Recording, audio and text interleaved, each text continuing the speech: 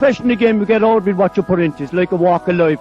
If you're good enough, go out and get it, no more about it. But not so much control in the centre of the field from Kilkenny as Richie Bennett sends it high and over the bar. Your mother sends you down to the shop for a pound's worth of goods and she gives you 50 pence. You can't get the pound's worth of goods, can you? Just about kept in. Oh, well done, Shawnee Buckley. To do that to Tomas O'Shea, he deserves to score from here. One of the highlights of the Sunday game. Limerick went out there from the word go today. No more about it. They made all the running, that was it. Put the ball over the bar and the back of it, and that's it. No ifs, no buts. Is there much time left? We have a couple of injuries. Here comes Kieran Curry. Curry leading the charge of the right brigade. 45 metres out. He's a chance to score. He's put it hard. There's no sympathy in this game for anybody. Hello, and you're very welcome to episode 304 of Treaty Talk. Tom Clancy and Matt O'Callaghan here with you to cover everything in one of the most frantic weekends just gone of Limerick Gaelic Games. We have another frantic weekend to come.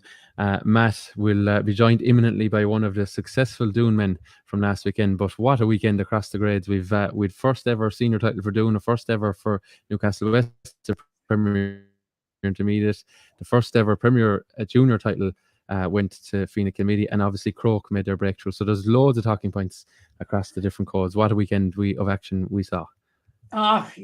Absolutely fantastic. If we could only have every weekend like this, it would be just fantastic. As you rightly said, a new name going on the Daily Cup, and by God, I'll tell you, it's a popular name that's gone on it because there was a whole wave of emotion. I think even, I suppose, the most partisan, the Pear Street man wouldn't begrudge it to do, and there was a wave of emotion behind them, and by God, did they live up to it? And for a number of years, of course, West Limerick has been regarded like as a kind of a no-go area for hurling, that it just wasn't happening there apart from Adare.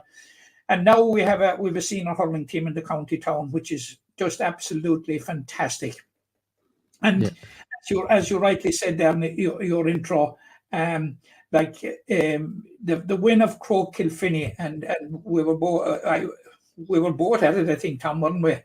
And the way that they dug it out and they withstood the late bombardment from Brewery, and then you had Fina Kilmeedy on the back of losing the County Junior A hurling final last year, the Premier Junior hurling final last year, they losing the Premier Junior football last year, losing the Munster Clubs final, and at last they got over the line. Like it was, and then of course, not to forget that you had Monaleen making the tradition from being Junior B champions last year to being All-Ireland Junior B champions earlier this year and being crowned Junior A champions. What a fantastic weekend. Yeah, certainly. Well, I think it's time we talk about the senior rank, and we're delighted to say we're joined by one of the successful men from Doon. Mr. Pat Ryan is about to join us here. I think he's just there in the background. Indeed, he is. Pat, congratulations. Congratulations from myself and Matt. And indeed, I'm sure, as Matt said, there are plenty across the county.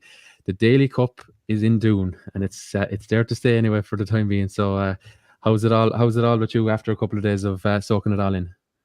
Thanks, Tom. Thanks, Matt. Thanks for having me on.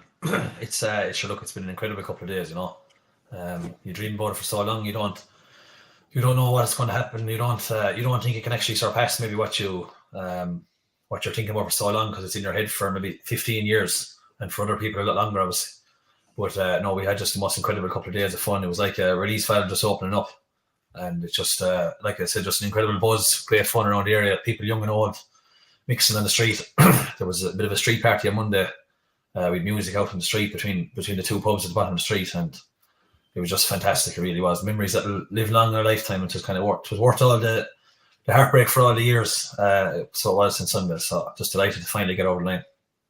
Yeah, you mentioned the celebrations. I think your own version of dancing at the crossroads there in Doon. The where the streets meet. The church at one side, the road down to your club at the other, and then obviously the road that brings you through Doon, through the middle. But everyone soaking it in. I think from the bits and pieces I saw on social media, everyone, as you said, they're young and old, savours this. I think maybe the older generation as well, like some of them probably thought they'd never see this happening. Maybe he believed a little bit more, but some of those guys, ladies and men, of course, who served the club on and off the field, they probably thought, God, will this ever happen? And I tell you, there was some release of emotion come that final whistle on Sunday evening.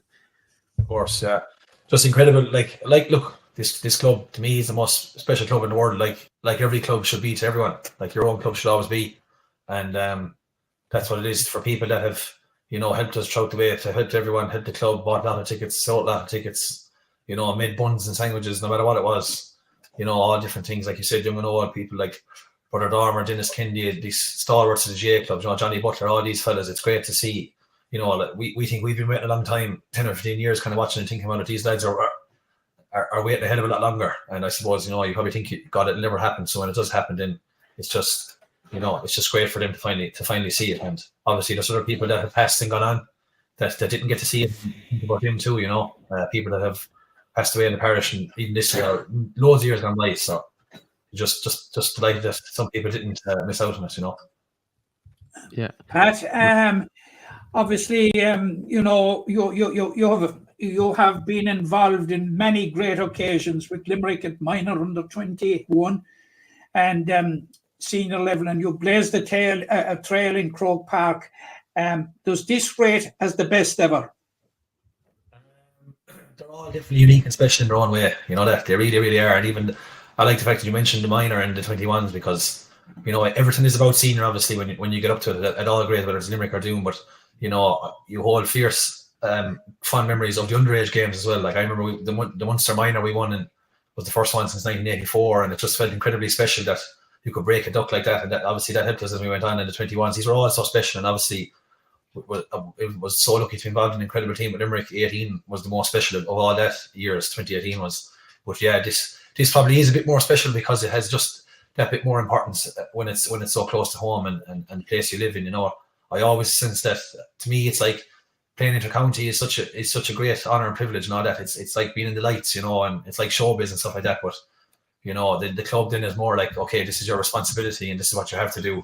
And so it is probably a bit more important, in that sense, because you want to just, I've young nephew who's now playing with the club and stuff like that. So you just want them to see that they don't have to come on to the next generation. They don't have to worry about, will we be the first ones ever to win it, kind of thing, like kind of that pressure. So it's just kind of off the future generations that are coming now. So no, look, Matt, long story short, it is definitely probably the most special win I've ever been involved in. Yeah.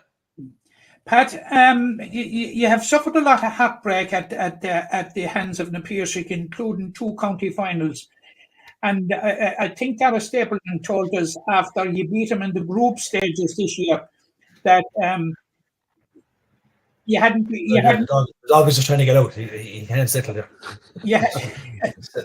Still celebrating.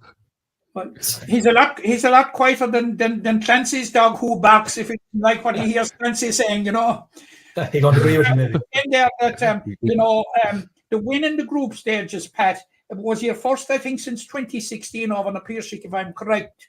Yeah, that was a big game. That was a big win to get. But how much did it feed in, and how important was it going into last Sunday's final? The fact that you had at least broken that duck, and did it give you the belief that Na Piarsaigh are no longer a bogey team? We can beat these guys. Yeah, it did, because look, you can dress it up any way you want. You can talk about belief and these things, but to have real reference points that have actually happened are the most important things, and they're great for teams. Like to be able to look back and say, look, we've beaten them already. Now, we didn't actually do that as a group, but I think individually, when we won in that the third round of the championship, which you think it maybe wasn't as big a deal, I think individually we kind of thought ourselves, God, that's a great win now. Like it's great to have them beaten them. Like obviously last year in the semi final, we drew them after normal time and drew them after extra time. So I think that gave us a massive amount of belief, because we knew we had so many players come back as well. So I think how we finished up last year really, set us up well for this year. And obviously that win in the group stage was absolutely massive, because I think that was the third game we had beaten Kilmallock and Patrickswell in the first 2 games, and it was the first time ever that we had beaten those 3 teams, even though we played those 3 teams every single year. Since I was playing senior, it was my first time beating all 3 of those teams in the 1 year. So even would say before we got to the county semi-final, in the group stage, that was something that was a big, would say, progression for us to say, look, we have beaten the 3 big teams, because I know people describe it as the big 4 over the last couple of years, but we've always said that, you know, we felt excluded from that, you know, there was only really a big three that they've every county title won, I think, since, is it 2010 or the Camelloc win in 2010, and the three of them have shared them all up to last week. So, you know, we huge admiration for them three teams, because we were just envious of them every year. You know, they kind of shared it around between the three of them. We were just thinking, like, you know, we want to get to that level. We want to be up there. We want to be no longer just, we'll say, the ones that are joining them in a semi-final. We want to be on par with them and you know, and go forward now, try and do it again. Obviously, hopefully, please God. Yeah, Pat, the game itself, we didn't talk much about that yet, but the game itself, I mean, I was in the crow's nest looking down in a great position to see it, but very physical game. The weather played its part too. Probably not as much free flow hurling as maybe we've come to expect, but it was a case of each ball seemed as important as the last one, you know what I mean? And that maybe that was a bit of a mantra that she had, and I'm sure Napier had it too, but it felt like every single ball was important. It felt like, you know, the scores was down maybe on what we would have expected because of maybe the weather, but it seemed like every single ball was so important, and you know, it was up to players to stay tuned into every single possible moment and opportunity that arose. Yeah, definitely. We watched, my first time watching the match was last night. We were all there, the whole team as a group. We went for a meal first in Palace Green in the bistro, and then we went back to Whelan's in Doon, and we watched the match there. And you know, even watching it back now, it was one of the most intense matches I've ever been involved in, you know, at any level. It was just the amount of tackles that were going in. Obviously, the weather played a massive part in that. I think it was a nice one for us as well, because I think teams over the years would have said, you know, Doon play a lovely brand of hurling, etc. You know, and if they're let hurl on a nice day, you know, they'll hurl really well, etc. So I think it's nice to show that we came out, and more importantly, you know, I know you might speak about it, when they got the goals and went 6 points up, to me, it means a lot that we were able to come back from that, you know, and actually like that we weren't the ones who just went out maybe and you know, everything clicked for us, and we got the goals, and we, you know, it's nearly a bit sweeter when we showed the resilience that we did to come back, because obviously I've been involved in finals previous, like 2020, where when they got the goals early on, you know, we weren't able to come back, you know, and we didn't come back, and obviously that would kind of haunt you a small bit, and all you're kind of thinking is, God, I'd love the chance to right that wrong in the final if I could. And look, when the second goal went in, David Dempsey, incredible player, one of the best players in the county in the last 10 years. I was just thinking to myself, God, you know, this can't happen again. Like, you know, we have to keep, whatever happens anyway, we can't let him get another goal. We can't let him go ahead. We just have to get the next score. There was a few players on the field. We just said, come on, we get the next score. Try and get the next score. And look, it was an incredibly tough game. It was such a tough game. It was a game that, you know, you were best off not, you couldn't even win the ball as such. You know, if you were the first man at the first phase of the ball, you were as well off just to make contact with another man, you know what I mean, and try and keep the ball moving forward any way you could up the field, you know, and we did that eventually and got just enough scores that we could. But like I said, it wasn't looking great for a while, but eventually we turned it around, and it's such a satisfying way to win a game, you know, to win a point after being down by 6 points on conditions like that in the day it was. And it's just incredibly satisfying. I think it's something that will stand to us for the next couple of years going ahead as another reference point, as I said earlier, that look, you know, just say like Sunday, if we were a couple of points down at half time, look, as we've been here before, you know, we were down in a big game before and we came back. So things like that you can't underestimate, you know, they're great to have. Yeah, and you mentioned the conceding of the goals there. Now you've kind of covered it off what maybe I expected you to say on it, but you said get the next score. They actually got another point after that. The 2 goals, they put them 5 up. Then they got to go 6.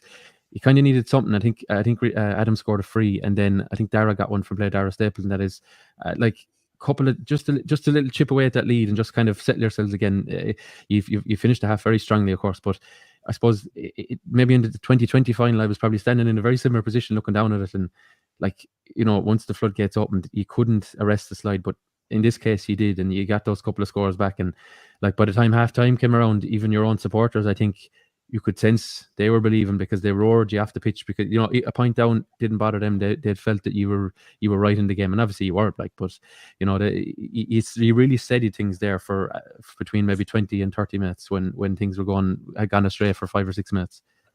We have incredible support. To be honest, I feel it at a lot of the club games. I feel that we do bring a big support, and I don't think I'm just saying that because it's my own supporters. But when the second goal went in, it's because when we came out on the field first, there was a massive roar, and I could feel it. You know, and there was a big crowd in the Gaelic grounds. But when the second goal went in, then there was an eerie silence, and it was actually kind of frightening. It was like, oh God, you know, even I felt like the people in the crowd were worried about us. They were like, oh, is it going to happen again, or, you know, or will there be a difference? Will there be a change? So when we did get that change, and I know they got the next point, but I think we got 5 in a row after that to Yeah, bring it we from, did. was it 2-3 to 8 points, something like that. And then, like you said, then when we went into half time, that roar we got from the whole way, I would say, going in along the field till we got under the tunnel was just unreal. And that that can't be underestimated. Like, that feeds into your adrenaline, and you're thinking to yourself, do you know what? We did finish that FAF really strong. We did do really well. We're a point down, but you know, I think we're in a great place here to attack the second half. And Dennis Maloney spoke well at half time. He just kind of said what we said earlier about the 25. He said, look, as previous years gone by, he says we would have died off there. He said, but that's different now. He says we're a different team now. He said, look, you know, we've already responded well. He said, and we can just continue to play our own game now and continue what we're doing, and just have trust in yourselves going forward. And we're going to win today. Basically, there was kind of an overwhelming team that people were being incredibly positive within the group all week that, look, we're going to win this game. You know, even Derek all year, I don't know, was it by design or not, he kept saying all year references to maybe in June, July, May league and different things. He'd say at times, he'd say, look, lads, if we get to a final this year, we'll win it. We just have an awful lot of work to do before we get to a final. You know, we have results to, we have a certain amount of points to pick up in the group. We have to win a semi-final. Semi-finals going to be so big. But he would just throw that in every now and then. He'd say, if we get to a final, we'll win it. Trust me on that. So I think when they're reinforcing that all year, you know, it's good management. You know, they're kind of just trying to put confidence into the whole time, because at the end of the day, the toughest game is going to be the final if you get there. You know, so just trying to plant that seed in us, I think. Yeah, Pat, with just over 10 minutes to go, you had established a 3 points lead, including a spectacular point from yourself, if you don't mind me saying so, from the sideline. Not from a line ball, but from play, and a point by Barry Murphy, which was of an inspirational nature. And suddenly, 6 minutes later, the sides were level again. Now, at the time that you were ahead, all sorts of confidence seems to be coursing through your veins, and you seem to be an irresistible force. Did any sort of doubt set in when the Piershick had drawn level again? And did it just flash across your mind or any members of the Doon team's mind that is this the semi-final of last year all over again? We're going to get caught on the home straight. Yeah, I can't speak for any other players, Matt, but me being brutally honest, you go through all those wheel of emotions in the space of a couple of minutes. I can remember when we went 15-12 up that 3 point lead, and I remember for a split second just allowing myself to think, geez, I think we're actually going to win the county final here. You know, we're 3 points up. And then I remember then Peter got the next score then, which was an incredible score. And then I was like, oh no. And then, but I didn't really want too worried about it. But when they drew level, I just said to myself, oh God, that 3 point lead is gone. I thought that 3 point lead was going to see us out. So as much as people would like to say, sometimes you don't, you're thinking about the process and all this. All these things are going through your head for quick seconds as the point goes over, maybe. You're thinking, oh no. But then you're just thinking, right, I need to make a run here. You know, you need to make a run here. You need to get on the ball. We need to just try and engineer, just get the ball up the other end of the field, because it was such, unlike a hurling game, it was actually usually the ball can just flow from one end of the field to the other in a hurling game. The other day, if the ball was up, we'd say, on someone's 21, it seemed to be there for an awful long time in terms of hurling wise. You know what I mean? There was just so much tackles going in, so much hooks, so much blocks. So it was just all about getting the ball up the field. And like, there was very little scores even in that last 10 minutes when it went level. I think, I don't know how many scores there was from play. I'd say there wasn't much scores from play in that last 10 minutes, you know, because I think Adams, the winning score was probably a free in the very last minute. And maybe the last one, if you got was a free as well. So Barry Murphy, yourself and Peter Casey got him from play in that spell. Yeah. So other than that, then you're just, you see, there's so much fighting for the ball and you're trying not to give away a free. And then, you know, thankfully, you know, they did miss a free when they got one. But then we missed one as well. Like, Adam had a chance to put us 2 up, you know. But then below in the pub last night, he said, but look, he said, if I got Adam in 2 points up, he said they'd be trying to get a goal. He said, you know, instead of trying to get a drawn score, so he was trying to put a positive spin on that one. But I don't know, do I believe him on that now? But look, it's just you go through a wheel of emotions, Matt, and then like that, then when the final whistle goes, it's just such a relief, you know. So thank God finally once. Dara Donovan, your captain, who was outstanding all year, a wonderful leader. He was waxing lyrical about the impact of Derek McGrath on the squad and on the preparation of the team. Talk to us about Derek McGrath. Yeah, look, Derek is first of all, he's obviously an incredibly astute manager, and a real, you know, people would see it from the Sunday game. Obviously, you know, he knows everything about hurling. You know what I mean? Incredible hurling man, incredibly in depth.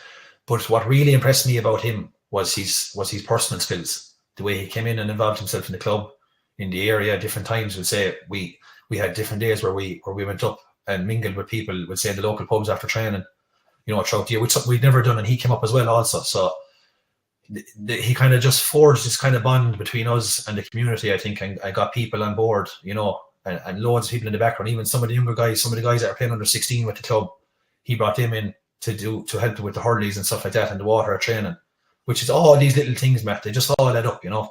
But he's an incredible man manager, you know. There's some things I won't get into in detail what he done for fellas on the panel that, you know, at different times if they were going through a bad run of form or, you know, or coming in and out of the team. But what he can do is just create an incredible bond between management and players, which doesn't always exist. You know, it can be quite hard, especially at club level, because, you know, the lifespan might be, if you might get someone crowd in for 1 year or 2 years, and it can be quite hard, you know, to do it. But he done it instantly, you know, and he's just a real genuine man. So he is, and he put a fantastic team together. Obviously, we have Paul Keane from Adare, who won 4 county medals with Adare in the 2000s, coming in as trainer as well.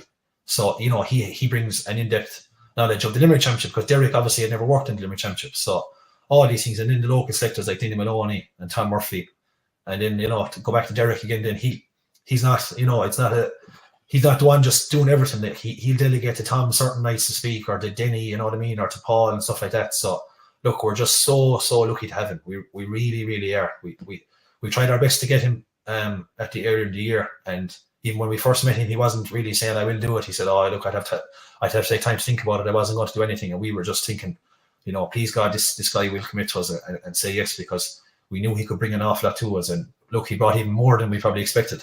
To be honest, we're just incredibly lucky to have him. I'm amazed he's not over a top team. Intercounty was. I know he was for years and nearly won the Ireland Waterford, but I'm amazed there's not more teams, you know, pulling at him and ringing him. Maybe they will in the future, but hopefully not for another couple of years while he's with us. Pat, he's with a top team now. Yeah, he's after turning us into a top team in it. So no, I never be able to thank him enough. You know, he's just I knew, like, whoever did help us get over the line will always have a place to stay in Doon forever, and, you know, he'll never have to buy a drink and doing it like that. But, you know, he brought up his wife and his youngest son the other night, Monday night here, and we were dancing in the street and stuff like that. So again, just a top man and an incredible manager. Yeah, great memories to have, I'm sure.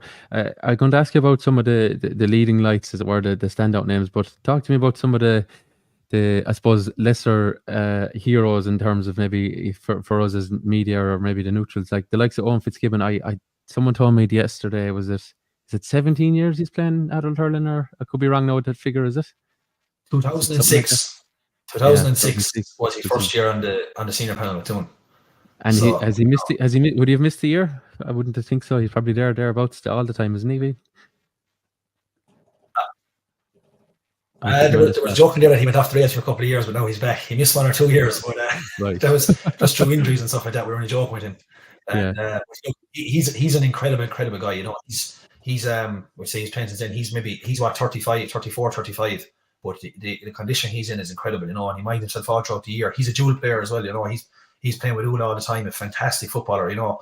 I remember in 2006 when he was on the Limerick minor team.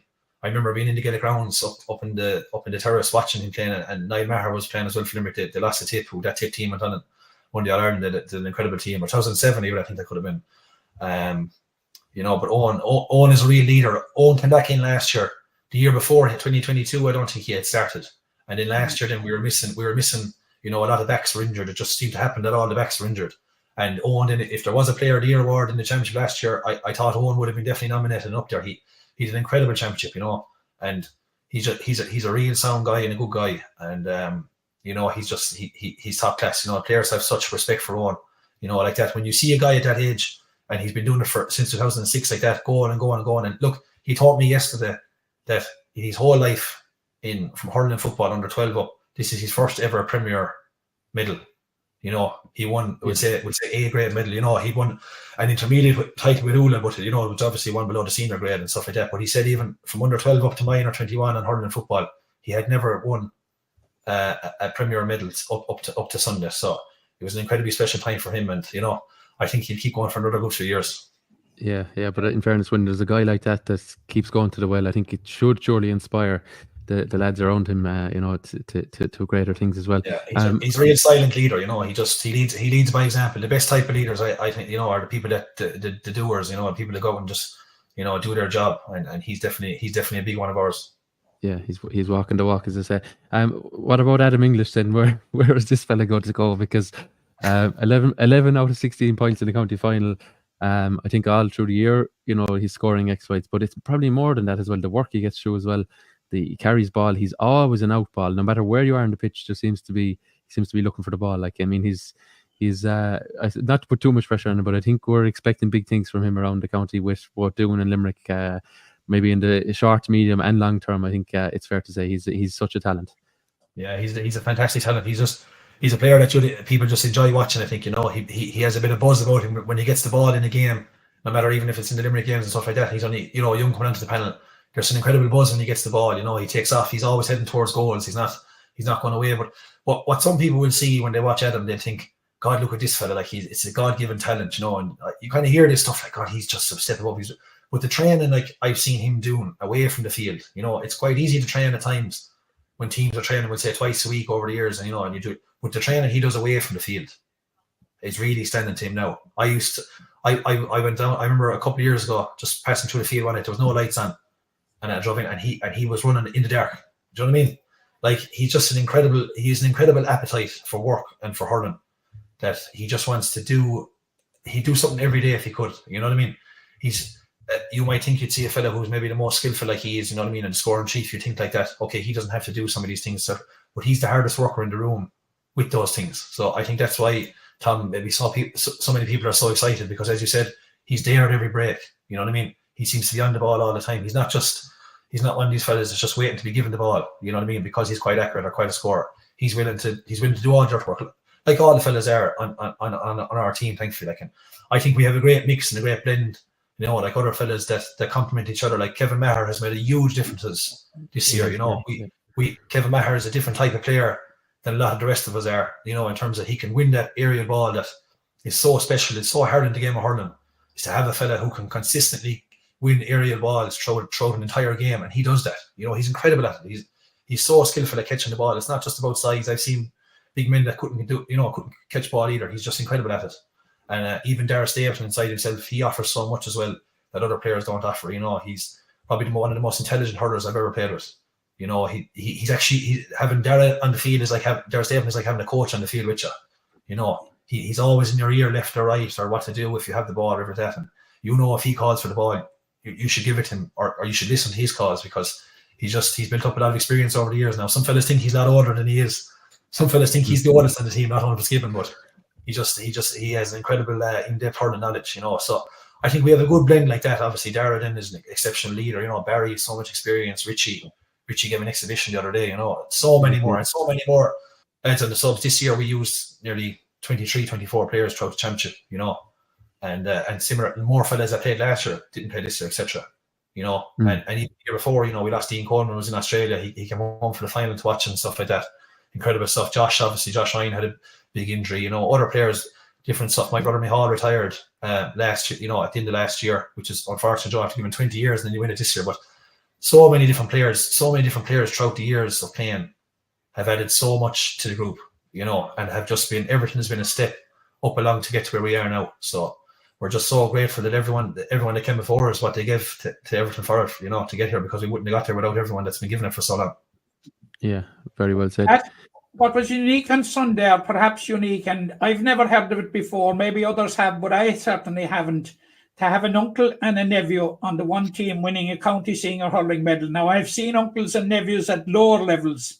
I've never seen it at senior level, nor I've never heard of it winning a county senior medal. I'm talking about Adare Stapleton and Barry Murphy.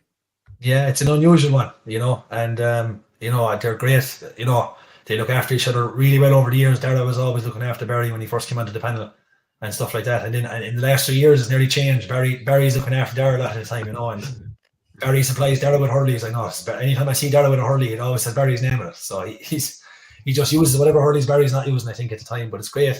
I'm hoping someday, I've two nephews here playing the club. One of them is 13, going on 14. So I'll be hoping in a couple of years, Matt, that maybe we can add to that as well. But isn't that what the club is about? It's great to play with family and stuff like that, and neighbours and friends and people that you went to school with and different things. And it's incredibly unique to this country, what we have in terms of the communities and stuff like that. I've been lucky enough to do a bit of traveling over the years and different things, and this is not common throughout the world. They don't have something to keep people in communities, especially rural communities, to keep people here lifelong. Most other countries, people move around an awful lot to big cities and different things, but stuff like the GA club here keeps us here, gives us a purpose to be here and to play together and have fun together. And like the last couple of days, we've all bonded even so much more over the last 3 days than we probably ever did in the last couple of years. And I think that will stand to us again going forward now for the next couple of years when it comes to the hard training and all that when it's back after the winter, And after those 3 days, Pat, dare I mention the word Ballygunner? But don't say it to Darrell Donovan anyway, because I'm not going to give you the same answer that he gave me now, but because I make no bones about it. I'm incredibly excited to play Ballygunner on Sunday. You know what I mean? I've been like the two Eve are just when you're real hurling, when you love hurling, every winter every hurling person loves to sit down on a Sunday, but the weather might be great, and watch TG Carr when the club championships are on.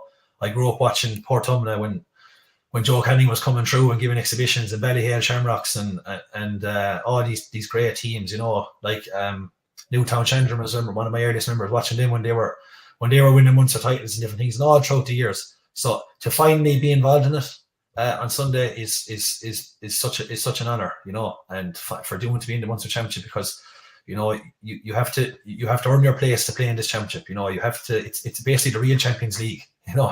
That you have to win your county to get into this. So look, and Ballygunner obviously going for 4 in a row Munster titles. Look, massive favourites, but it's just going to be what an experience. I don't know how it's going to go, Matt. We've never played them before. You watch them on telly and playing against them is two different things. Obviously, like I said, they're big favourites, but we're coming in with basically no pressure really, and I think that's a good dangerous place to be in for us, that we can give it a right rattle, and look, we'll see how it goes. Yeah, brilliant. Pat, you've been more than generous with your time. We must compliment you on I suppose the fact you remember so many names and so many people that have gone before you there within the club, and even your own teammates now. And you can tell Darragh Stapleton, he's looking sharp now without the beard. He's looking a lot younger as well. Yeah. For whatever. Before I go, I do want to make one point, and I know it's a celebratory mood and stuff like that, and I want to be seen as negative, but I think it should be said. First of all, I want to thank Tom, Matt, and I know John is the coverage you do in the club championships is absolutely exceptional, and it doesn't go unnoticed. Like I said, real hurling people, they love hurling talk and stuff like that. So they really appreciate stuff like that. But at the same time, what's going on within the county board, whatever it is, I don't know the reason. Maybe there's a good reason, but when I could sit back for the last 2 months and stream games in Tipperary, Waterford, Clare, Kilkenny, round robin games, quarterfinals, semi-finals, and we couldn't do it in Limerick. I have a brother in Australia, you know what I mean? I have friends in Australia. I've elderly people on the street that were asking me after the first round, second round, why wasn't the game streamed? My son usually puts on the stream for me. I don't go to the matches anymore. He'll put it on the telly for me. And why is it not? It was asked me so many times, and I just hope that it comes back next year. I'm not a negative person, so I'm not looking. I just hope that next year these people will be able to watch every round of the championship, because the appetite is there to watch it.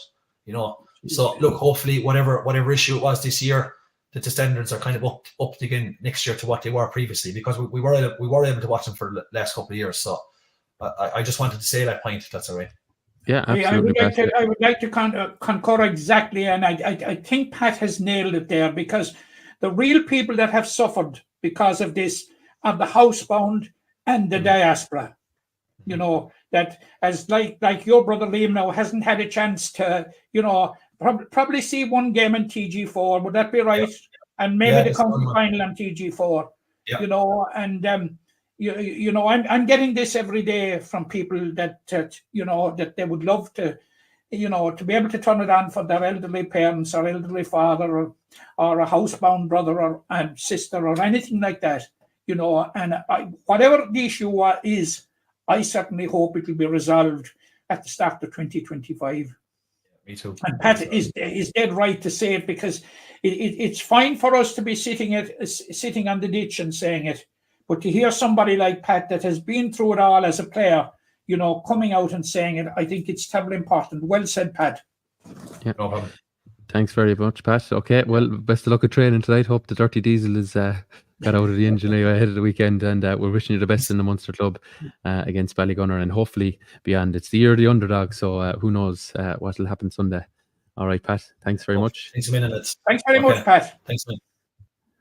Now, so that was Pat Ryan there joining us, and Matt, I think he spoke very well about what it means to him, what it means to Doon, and all connected. Yeah, and he's coming off the back of an excellent year, and absolutely delighted for him, because like you wouldn't be long to this interview wasn't going on very long, when it came across very clear to me anyway, the deep passion that Pat Ryan has for hurling, and everything about it. And it's great to see guys like him that have contributed so much, at a higher level, winning it with the club. And I wasn't surprised that it was top of the list, because great players before him have said, about the importance of winning with the club, winning with people that you grew up with in your own community and people that you went to school with and all that sort of thing. So Pat rating it as probably his best moment, didn't surprise me in the least. Yeah. And I as you said at the start, Matt, as well, Doon very popular winners now. I know I would have extended family from Doon, and like when you know the size of the village, and I suppose the lust for hurling, the demand for hurling out there, you kind of get the sense of what it means, like especially when they'd never done it. The 130th time the Limerick Hurling Championship was staged, and the 30th different winner, so they had to. They're the first new champions, Tom, since 2005 when Gareth Spillane won it for the first time. Na Piarsaigh in between, was it? Did Na Piarsaigh win it since? Oh, they did. They did. Sorry. That was their first one, was in 11, wasn't it? So that's 11. Yeah, I think we've only had 2 new winners since the millennium, So it's. Na Piarsaigh have been so dominant that you kind of think that they were there always, ever present forever, If we're going down through the Roll of Honour, you can nearly skip over them and forget they only won it for the first time in recent enough time. So, commiseration. Yeah, just on that, like it's hard to believe as well, Tom, seeing that we're talking about statistics. Patrick Swell, who lead the Roll of Honour with 20 titles, only won the first title in 65. I know. Yeah, well, I wonder, will Doon be hoping that sort of breakthrough is imminent for them now? That they can start hoovering up titles, but I tell you, there'll be fair sharpening of tools around the county now after seeing Doon winning it. I'd say there'll be Kilmallock, Patrick Swell, and Piarsaigh all ready to go next year, and everyone else behind. Yeah, notwithstanding, hopefully that they'll avoid injury and that sort of thing. Like Doon are only going to get better in the immediate future, Tom. Yeah, no, that's it. And they've won a couple of minor titles in recent years, and those guys, probably a lot of them haven't come to the very, very top table just yet, but we'll see how that one bears out. So I'm conscious now, Matt, we've so much more to cover. My good friend Pat Coleman, and I must give him a mention there, was responsible for a couple of under-21 titles as well, thrown in, Yeah, no, it's been a phenomenal run at underage, but now they finally have that senior silverware. And just to clarify, I don't think they broke the Daily Cup. But no sooner had they got it, there was one of the arms missing off it. I think I saw in a lot of photos. It appears to have suffered. Maybe it's been around a long while, so I don't think Doon did much with it. I think not long after they lifted it, it was without an arm. So just to clarify that for anyone wondering, they'd seen it. I don't think Doon were doing too much. Yeah, they'd taken it with no arms anyway at all. So anyway, 4 p.m. Sunday in the 2 Gaelic grounds, they play Ballygunner. It's in the 11 in a row Waterford champions in the Munster quarterfinals. So a mouth-watering tie there. I think Doon will give them plenty of it. And forgetting the celebrations, I think, as Pat says there, they've been waiting so long to get into the Munster club that they won't let this 60 minutes of hurling pass them by too easily. So we'll be looking forward to that one at the weekend. Matt, we'll have to go down through the grades, because I know there's been celebrations aplenty around the county. And as we mentioned at the start, the West is awake. Newcastle West are back in senior hurling. I believe it was 1990. A good friend of ours, Mr. Upton, pointed that one out. 1993. 1993. Okay, we've got further clarity. 1993. So it has been over 30 years. I spoke with the manager on Sunday evening, who was part of the team, of the management team in 1993, or part of the team. Yeah, very good. So they got the better of Gary Spillane, as I suppose, maybe I think you and I slightly predicted. We were a little bit on the fence. We were thinking the bouncers could put it up them, but in fairness to Newcastle West, they had been the farm team at this grade all year. They had won the 6 group games. They lost the last one, all right, when there was little riding on it. Picked themselves up, won the semi-final, and I suppose kind of were the better team in this curtain raiser for the senior final, the Premier Intermediate final. They were the better team over the hour.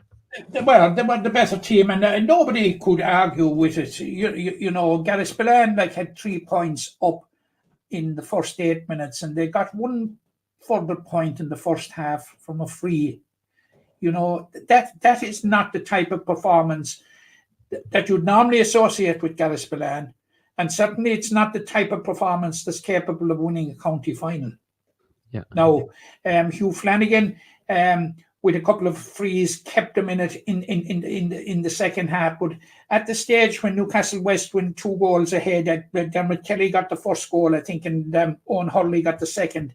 At that stage, it looked to me as if it was game, set, and match, even though there was still some time to go, because look, Gary Spillane at that stage, Tom, and you'll agree, we were together at the match. I don't think they were at the party at that stage. You know, Newcastle West, and they had the bit between their teeth. But then that goal from Hugh Flanagan, you know, in a goal-mouth scramble, you know, it closed the gap. But like Newcastle West's response was immediate to go down at the other end and Kyle Hayes to send over the bar. You know, it was put back to 5. Yeah. Yeah, you had the sense all the time that whatever was after the first 10 minutes, when I thought in the first 10 minutes Newcastle West were a small bit tentative and a bit slow and settling into the final and playing the final, and maybe the build up and you know, seeing a team in Newcastle West and all that sort of narrative may have got them in that first 10 minutes. But once they settled in, Tom, you know, they had a very efficient performance. Now, it wasn't a great day for hurling, you know, and it was getting worse and worse as the game went on. That's a bit of an understatement, but I thought that anything Gary Spillane would throw at him after the first 10 minutes, I think they would have a response for it, you know. And I don't think there's a single person in the 7,500 people that were on the Gaelic grounds on Sunday that could argue about the merit of the Newcastle West victory. Yeah, no, and it's and in the wider context, Tom, of course, as we did mention at the outset, you know, hurling needs a senior team in the county town. It's hugely important. And Gary McMahon, who is the manager, and he reminded me after the game that in an interview I did with him back in 2015 after they winning the football final in Kilmallock, he did say to me his ambition was that there'd be a dual senior club in Newcastle West. You know, and Gary has led the management team that has masterminded it being brought to bear, coming to pass. It's a great achievement for them. They won the intermediate, obviously, in 2020, defeating the Piercing after extra time, and had been steadily building, I think it's fair to say, at a Premier Intermediate level. And no doubt about it, as I said, the way they've gone through this championship, they have been the farm team. Even Gary Spillane, by their own admission, would admit that didn't strike the chord in every game. You know, there were a couple of defeats in the early rounds, and you know, didn't convince me for the couple of times I saw them. Admittedly, I didn't see them too often, but it didn't ever convince me that they were, you know, really, really the best team in it. And look, they could have certainly won the final if they had brought a little bit more, but that was down to Newcastle West. Newcastle West defended very well, and it's not often you get to say that in a hurling game. It's normally high scoring, but they defended very well. They defended their square well. Even Kieran Hickey came on, caught a ball, snuffed him out very quickly, you know. And like, I think the experience for them as well. I know there's a lot of Gary Spillane men had played in the 2019 Premier Intermediate final, but the experience of playing, a lot of these guys playing in senior football finals for the last 3 seasons, and obviously an intermediate final as well, hurling in 2020, like that's invaluable when it comes to the big day. I think to have that big match experience, whether I know it's a different code, but you know, it's very important, I think, and credit to them. I think you know, they will be under pressure next season, because that is a bear pit of a Group 2 next season. You have Gillian Palskenry, Mungert St. Paul's, Monaleen, Adare, Drummond at Lacka. Drummond at Lacka, yeah, and now Newcastle West. I tell you, we like to think we're okay at the old predictions, Matt, but I tell you that group next year, that's going to be impossible to predict. Oh, it is, but they will take momentum into it. But getting back just to Gareth Spillane for a minute, I saw him. I saw most of their matches, Tom. I saw possibly 5 or 6 of them. Yeah. And the one worry I did have about him was their consistency. And like they won the first 2 rounds against big hitters, Effin and Blackrock. Won both of them by a single point. And you said to yourself, right, the bouncers are on the road, and they're staying in Premier Intermediate is going to be of short duration. You'll recall they were relegated last year. But then it went wrong. A defeat on a Tuesday or a Wednesday evening in Kilmallock to Granabel and Gary. And then followed up by a defeat to Newcastle West. Yeah. Yeah, they finished the term very, very strongly. They had a huge win over Bruff. 14 points, I think it was. Big win over Glenroe. Struggled to beat Napirshick and then beat Bruff in the semi-final. Now, there might have been cause for alarm bells after the semi-final because the Bruff team that they beat by 13 points, it was without Sean Finn the day that they just got over him by 3 points in the semi-final. Whilst Newcastle West did something that's very, very difficult to do, and that was beat a team twice in the same championship. Effin, not only did they beat him twice in the same championship, but they beat him twice in the same month. Yeah, it was it round 6 and then the semi-final, I think. A semi-final. Yeah, in the semi-final. So I mean, that was impressive going, and they did it in fine fashion, and because Effin threw the kitchen sink at them. Effin did not underperform. Effin played quite well, I thought, on the day, and Newcastle West had the answers. So look, it's heartiest congratulations to them. To mention their Munster Club campaign, of course, Matt, they've had football in Newcastle West in terms of Munster Club. They now welcome hurling to the town, and we'll come to the Camogie in a bit, but a bumper weekend, the Camogie Saturday and hurling Sunday. Cashel King Cormac's of Tipperary, the Tipperary Intermediate Champions coming so. It's at 1:15 on Sunday. Yeah. In Newcastle West, and fair dues to them, they had to look at the draw to get a home venue because these championships do not alternate in that Limerick have a home venue this year and an away venue the next year because, of course, the clubs change every year, almost every year. Well, so certainly in the intermediate grade, they're very, very almost impossible to be the same team again. It's nearly always a different. Virtually impossible, But it's going to be a big game against Cashel Kilcormac's. If Newcastle West don't overdo the celebrations this week, and get down to business, which I'm sure, talking to them afterwards, that is the plan. And Gary McMahon made no bones to me after the game, that they're really looking forward to this Munster Championship, and they're going to have a right crack of it. And why not? Now, Cashel Kilcormac's will be a pretty strong team now. They were boosted about 2 years ago, Cashel Kilcormac's, when 4 players from Knockavilla Kickham's transferred to Cashel, including 2 county men, Ger Brown and Devon Ryan. So you can imagine if that largesse of talent comes into any club, it's going to be a major boost, and they've had plenty of time to settle.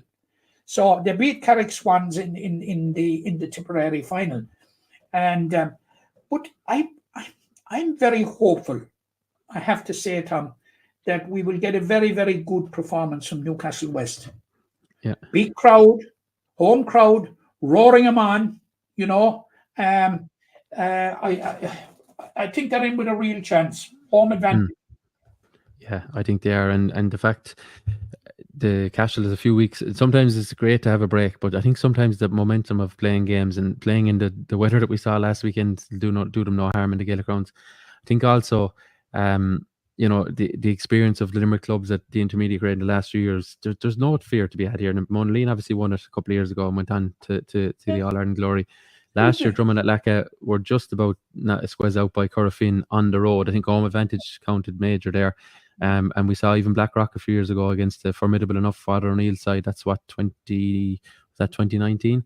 They took them to extra time in Kilfinnan. And like the Limerick teams, okay, they haven't really dominated this grade, but by God, they've been very, very competitive in the last few years, and there's no reason why Newcastle West won't be there, they're thereabouts come 60 minutes. My understanding of the Tipperary Premier Intermediate Championship is nearly the equivalent to what would be our Section B of the Senior Hurling Championship. Yeah, well, they went from 32 senior teams to 16 in recent years, I think. So this would be, if you like, team number 17. If you look at it in a linear way like that, so it's Limerick's 13 team, Tip 17. There's not an awful lot in it, and hopefully they'll be rocking there near the Domain in Newcastle West. They'll be a big crowd, I'm sure. They've no excuse, only down the road, around the corner, to get in and amongst it. So that's the intermediate 1:15, as Matt said, against Cashel Kincormacs of Tipperary, 1:15 on Sunday. So that should be a lively enough encounter. Matt, we mentioned the intermediate grade. There's no Munster club for Croke because just the way it's split now, but plenty of time for celebrations. And I can tell you, I'm sure the celebrations were long overdue. Only a second ever county title for a club that's 100 and is it 121 years old this year? Yeah. Second ever county title, first ever intermediate title, and they did it on the back of losing 3 finals in a row at the grade. So I mean, celebrations are going to be wild, I'm sure. Yeah, and the sky is the limit now for Croke. They will take great heart, Croke. First of all, I should say that they were deserving winners on the day. Yeah. Brewery left it very, very late. And if you go 23 minutes of the second half of a county final without scoring, they'll say that I'm obsessed with these scoring droughts.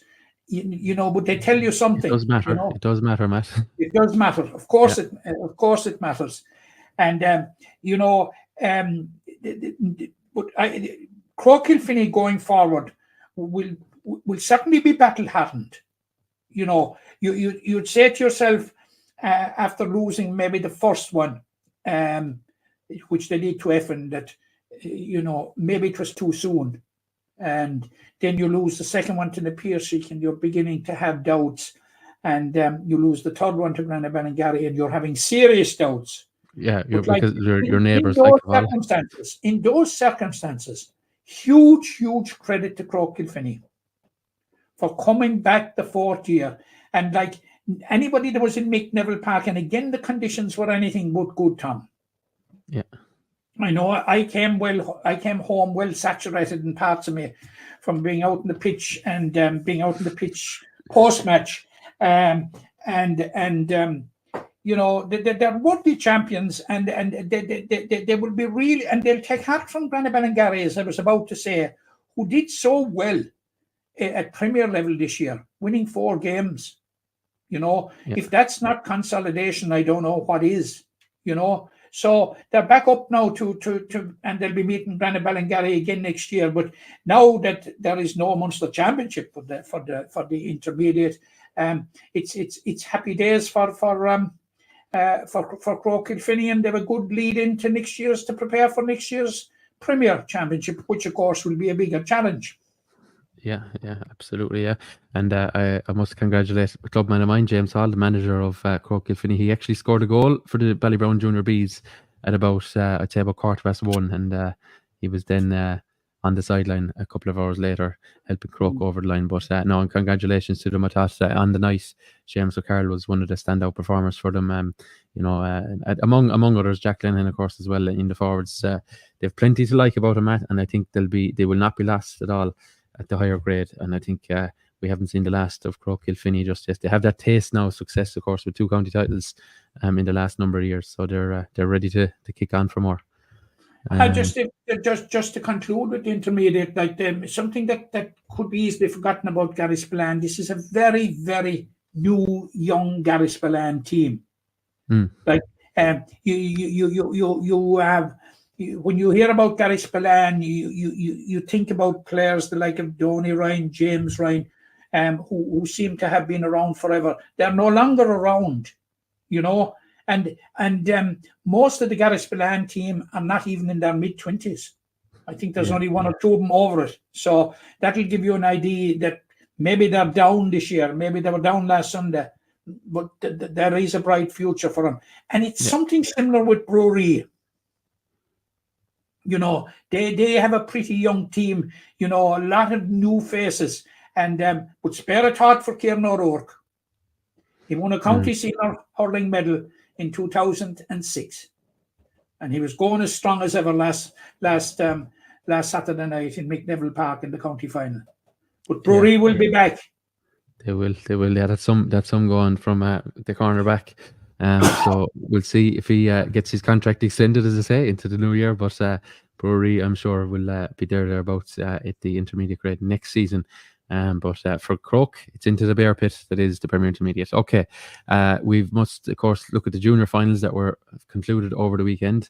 Now, Matt, you and I were at 4 of the 5 finals. The one that we missed was probably the most dramatic of all, the Premier Junior final. St. Patrick's, of course, from the city against Fina Kilmeady, last year's beaten finalists. Probably many people would have tipped Fina at the start of the year. In fairness, I don't think too many would have fancied St. Pat's to go all the way to the final. No.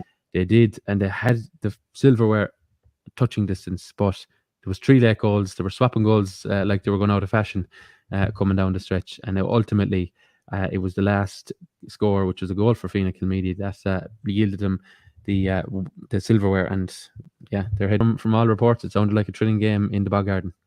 Yeah, an absolutely thrilling game, and how relieved Fina Kilmeady will be to win a final at the 4th attempt, and how they will be relieved to have been involved in a classic final like they were last year, only to lose it on a penalty shootout.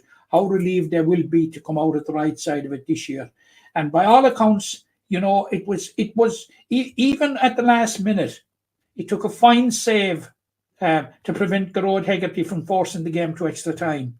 He went barreling through, I believe. Were immense for St. Patrick's, and it was a game where the lead swung from Fina to Pats and back and all that sort of a thing. It was a thrilling minutes by all accounts. Now, as you said, we were involved with the other 4 and we just couldn't fit it in. It was too tight. But look, it's a great finish to the Premier Junior Hurling Championship. And Fina Kilmeady have an opportunity now to progress in the Munster Championship. They're going to Leamy Bryan on Saturday at 1:15 to take on the Waterford champions, Kilrossenty. Now, Kilrossenty would be far better known as a football stronghold. But you'd have to say, like, you must remember that last year in the Munster Clubs Championship. By the way, Fina Kilmeady got into the Munster Clubs Championship last year despite losing the county final, and that was because the team that beat them, Mungret St. Paul's, it was their second team, and second teams cannot go into the club championship. Just to make that point. But they did very well in the Munster Championship. They went down to Ennis and they beat the Clare representatives now, as distinct from the Clare champions, the Banner. Yeah. And then went to the Banner are back again this year as well. Into the Munster final and narrowly beaten by St. Catherine's of Cork in the final in Mallow. And they go on the road again, of course, this year. To play Kilrossenty in the quarter-final. And should they win it, perish the thought, they're on the road again, this time back to the Banner in the semi-final. Yeah, that'll be a trip to Cusack Park, so we'll see how it plays out. But commiserations to St. Pat's, in fairness to them. Absolutely, and for an inner city club, and they're surrounded by giants. Like, you've the Piercicks, you've the Ballybrowns, you've the Monaleans, and you love hearing me saying Ballybrown. We're nowhere near them. You have the Mungret St. Paul's, all huge clubs now. Yeah. And St. Patrick's surviving inside in the middle of them all.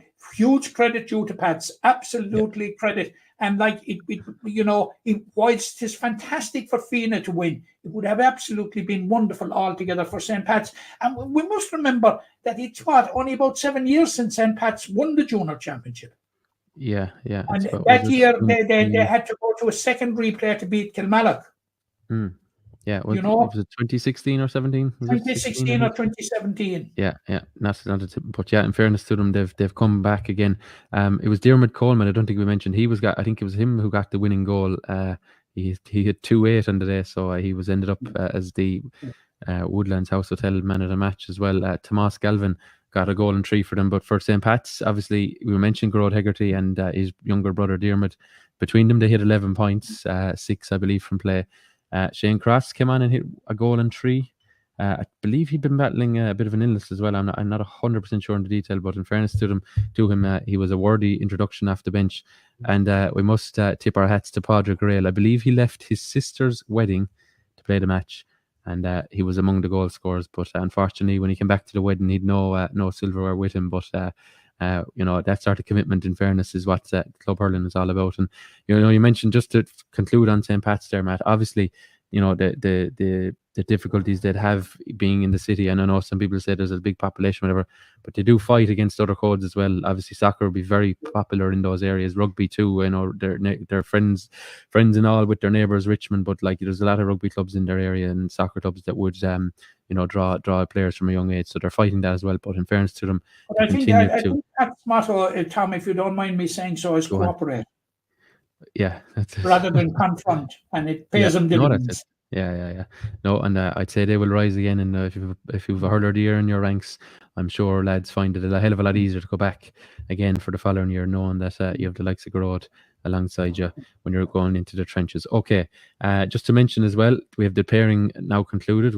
I know we're going to move on to football imminently, but the pairing for the final game between Rathkeil and Monaleen. Oh, sorry, apologies. I nearly skipped over the junior, and it was the one we were at, of course. Yeah, Rathkeil inched out by Monaleen. The Max Ivory show again, Matt. You invested very early in the stocks on this guy. In the Junior B last year. I've been talking about this guy now for over 12 months. Yeah. This guy really excites me and I think, Tom, the game wasn't long on last Sunday or last Saturday when you said to me about him, Yeah, well, we just to let people in, we were asked to pick the man of the match by the county board before the match, and we said no problem, we'll oblige. And I'd say it was about 4 minutes in, I said, we better keep an eye on this fella here. I think he's got 2 points from play. And we said, geez, we'll put him into the provisionally in as the man of the match, and we'll see if anyone can change our opinion. And there was a couple who flirted on either side. In fairness, Patrick Wilmot carried the fight for Rathkeil, among others. But, we didn't fully ever pivot away from Max Ivory. And who arrived right at the as the game progressed, actually, he strengthened our resolve. Yeah, he got the goal after half time. As I said to him afterwards, the way he chased in for what looked a hopeless case in the first 30 seconds after the restart, and turned over the ball and turned it into the net. Forced a mistake, really, didn't he? He forced a mistake, and this is one of the hallmarks of a very, very, very good player. Chasing where there's little hope, on the hope that you get the break or you can make the break, and he did it. And he was to the fore again when Newcastle West came level. He got a couple of difficult frees, and overall he had a great performance. But as a hurling game, it wasn't a bad game for the simple reason that the closeness of the exchanges, and apart from Monaleen going into a very early lead, after that it was pretty even and pretty exciting. Whilst the hurling did not hit the high spots, I think it's fair to say, Tom. Yeah, no, I'd agree with you on that. And in fairness to Rathkeil, they fought back. There was 6 down after the goal, then they got a penalty themselves. Patrick Wilmot buried it. The likes of Sean Sheehan, I think Mikey Morrissey, Niall Sheehan, all chipped in with scores to kind of eat away at it. And in fairness, they got it back to point in stoppage time. But Sean Sheehan, I thought, got 3 great points, 2 in a row at the crucial stage. He got two, just came one up after short. another. They were excellent points. Yeah, that's it. And the final say, of course, had to go to Max Ivory. Point out near if people know the pitch in Bruff, he wasn't too far away from the pitch and putt course, and he landed it on the roof of the net. To conclude it, to push them 2 up, and that was all she wrote. So congratulations to Eamon O'Connell and his charges, and as well I must tip my hat to their senior manager Owen Brislan. He's not a native of Monaleen, but there he was in the second half, offering his 2 cents to the management. Just a little bit of an input. He wasn't front and center, just a small input. He wants to see the club rising through the ranks and back-to-back promotions. He was at the Junior B final last year doing something similar, I believe, when I saw him at that as well. So that's a guy that's invested in this club, and he knows they're on the march up the ranks as well, in fairness. Go on. And Tom, I suppose we have to mention the narrow escape that you and I had from a UFO coming from the pitch and putt course. Yes. Well, I'll tell it there, Matt. So we're in Bruff. We're at between the dugouts, as is kind of the media area, if you like. It's an unofficial area, but it's an area nonetheless. And I'd say there was 20 minutes gone in the game, and a golf club decided it wanted to join us in this area. I believe it slipped out of an aspiring golfer's fingertips, and nearly ended our afternoon before it even started. But look, no one was hurt in the making of this county final, but we were very close to cutting it short. But yeah, that was one of the most bizarre incidents we'd seen all year, and we thought we'd seen it all. But yeah, we survived anyway. Thanks very much. Okay, just to mention in brief, I think we'll come to it in the review of next week, because we've so much still to come through. The Junior B, we know the final pairings now. It's an all-city divisional affair. It's Kildown Pallaskenry, who got the better of Granite Ballingarry, and Ballybrown, who were 15-point winners over something at the tip of your tongue there, Matt. They were 15-point winners over a hand. So Ballybrown and Kildown Pallaskenry, that's set for 7 p.m. this Sunday in Adare. The 2 clubs split by the Meg must go up to Adare and decide where the Junior B goes. I tell you, this will be a ferocious one Sunday. But go on, Matt. What are you going to say? Yeah, why did I know for certain you were going to bring it up? Well, we're going through the grades, and I think I already touched on it with James Hall getting among the goals. But anyway, there's some. But he did. I'm not sure, Tom. Is it doubling up with a city final? I don't know officially. I don't know officially. I'd say it probably is. They never got to play the city final, and they just tossed for who was the winner in inverted commas and who was the runner up. But nevertheless, they've gone through the knockout rounds, and they're going to meet here again anyway. So look, there's some great stars in it from both sides. John Chalk is lining out for Kildown Pallaskenry. He's probably the standout name for them, and like Mikey Kiley is there for Ballybrown, Mark Sheehan, James Hall, like guys on both sides who've hurled senior. And I think a man by the name of Roger Ryan is lining out for Kildown Pallaskenry, or he's involved in some shape or form, and I'm sure he'll be taking inspiration from Doon's breakthrough. That I think he's a Doon native, so I think he'll be hoping that'll rub off on his colleagues from Kildown Pallaskenry, and it'll be a first Junior B title for one of them anyway, Matt. So we'll see. Jockey is as enthusiastic about it now as if he was going for his first medal, because I was talking to him about it during the year for briefly. Right. Some game Kildown Pallaskenry were playing, and he was nearly more talking about the Junior B game that was on that night. So Jockey's still full of enthusiasm. Yeah, absolutely. Yeah. Well, there you go. The Super Bees Sunday evening in Adare from 7 p.m. Okay, Matt, let's talk football, because it was certainly a big week in hurling just gone. Before we go away from the small ball, Newcastle West are going to be involved in the Munster Championship this weekend in the quarter semi-final against Galtier. It's on in Newcastle West on Saturday. Camogie, yes. Yeah. Apologies. Yeah. No, that's fine. Of course, they are the Munster. They are the Limerick champions. Galtier are the Waterford champions. They stopped De La Salle from winning 3 in a row. Now, Galtier have been involved in club championship a number of times in recent years, because it was made. They won 4 senior championships in a row, Tom. And at that stage, the Waterford seniors were allowed to play in the Munster Intermediate Championship, something like we have with the football at the moment. So they've got to a couple of All-Irelands, and they have won them. And I'm talking about in the last 4 years. I think they won one in 20 and maybe definitely won one and definitely appeared in 3 finals. So once the championship fair will be second nature to them, and plus that they have a very strong team. They have about 7 of the Waterford panel, including Abby Flynn, Annie Fitzgerald, Claude O'Carroll, and Leisha Forrest, and a few like that. But look, Newcastle West have nothing to fear. This is a very, very good Newcastle West team, and we saw last year, and you'd be saying that Waterford Camogie is on a high, therefore their champions should be formidable. Yes, that is correct, and they beat a De La Salle team. Galtier beat a De La Salle team that were powered by Brianna O'Regan and Beth Carton, which in itself is credentials. But Waterford Camogie is no higher, and is in no better place certainly than Cork Camogie.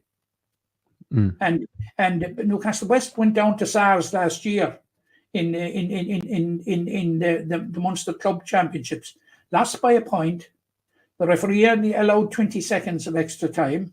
However, he came to that conclusion when there was only a point in it. Deborah Murphy was out.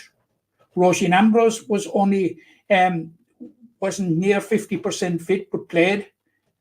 So everybody's on board this year. I'm checking with the Newcastle West camp during the week. Everybody's on board this year, and Newcastle West will have learned from that. And strange to say, Tom, this is their 4th time in the club championship, and they've yet to get a win. But they have been very close in all 3. But more significantly, Tom, home. This is their first game at home. Yeah, they'd previously been to, I know, Scariff Ogunlo in 2019, wasn't it? Drummond Inch, and as you said, last year. So a bit of luck at the draw at last, and hopefully, as with their hurlers on Sunday, they'll be hoping a huge crowd will be the difference and will help roar them over the line. Galtier of Waterford the opposition in that one. I think this Newcastle West team is a very good side. A particularly good side, as good a club side as, and our county has a great tradition of winning senior clubs championship. Like with Granabella and Gary, it isn't too long ago since they won a couple. Croke Kilfinney have won. Ballygran have won All Ireland. So that we have a bit of tradition in this competition, and I know it will count for very little on Saturday, but I give Newcastle West a right good chance, irrespective of the disparity between Camogie in Waterford and Limerick at intercounty level. I put my neck out and I say I think Newcastle West have a very, very good chance. Yeah, very good. Yeah, just to mention as well, you mentioned Croke Kilfinney there, Matt. They were in Kerry on Saturday. They were. Killiard, and they ran away with it in the end. It was tight enough, I think, going down the stretch, but it was down to a point at one stage, but they found an extra gear. Danny Kenny had another magnificent afternoon, or because I think, was it even morning? Was it morning? 11, morning into afternoon, brunch time, She scored 2 goals and 7 points. Is that all, Yeah, that's all.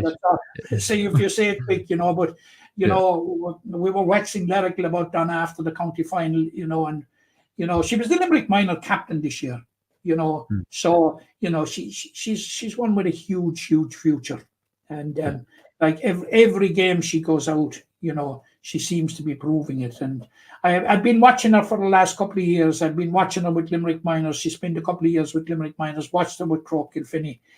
She's an exceptionally good player, an exceptionally talented player. But again, they are a very, very good team. Extremely well coached by Brian Sexton, it has to be said. And we saw what Brian could do himself on the hurling field last Saturday evening when he got 3 great points for Brewery in the county final. And earlier in the day he had been in the sideline below in Kilmiley. These are the guys, the Brian Sextons of this world, and of course his uncle, coached Newcastle West.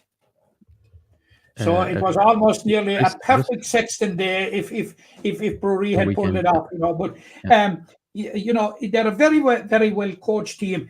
Now, they're going to be playing in the final either Saturday or Sunday week at a venue to be confirmed, but I think Fettered is in the ether as being one of the options, and Right. they're playing Moderigo from Waterford in the final.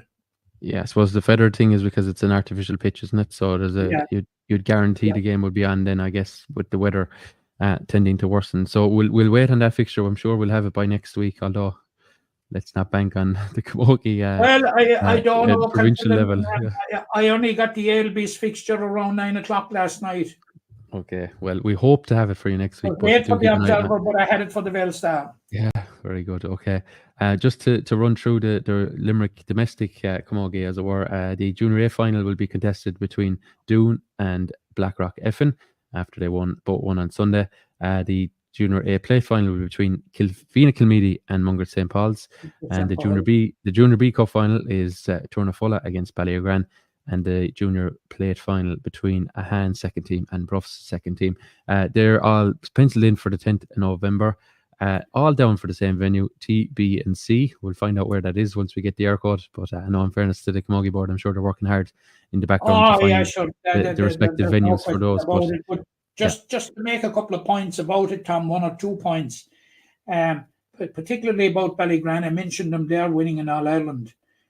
I think it's about 13 years since they won the Limerick Senior Camogie Championship, and they're down now on the bottom rung. They were coached the same day by Shosha Bulfin, who is now the manager of Westmeath Senior Hurlers. Yeah. They're down in the bottom rung, trying to get back up. But standing in their way are another club who are making great strides over the last couple of years, and that's Tournafulla. So hats off to Tour. Now in the Junior A final, Blackrock Effin are in that third final in a row. They lost to Galway 2 years ago. They lost to Patrick's Well last year, and they're entitled to believe that this may be their year. But they're coming up against Doon. I wonder. And need I say any more about Doon after what we had with Pat Ryan? Everything is on a high in Doon. It's sunshine all the way. Yeah. Well, the title of this episode, Doon Make the Breakthrough. Well, we could be going with that again in a couple of weeks now with the Camogie, but we'll see how it plays out. Okay, they're all set for Sunday the 10th.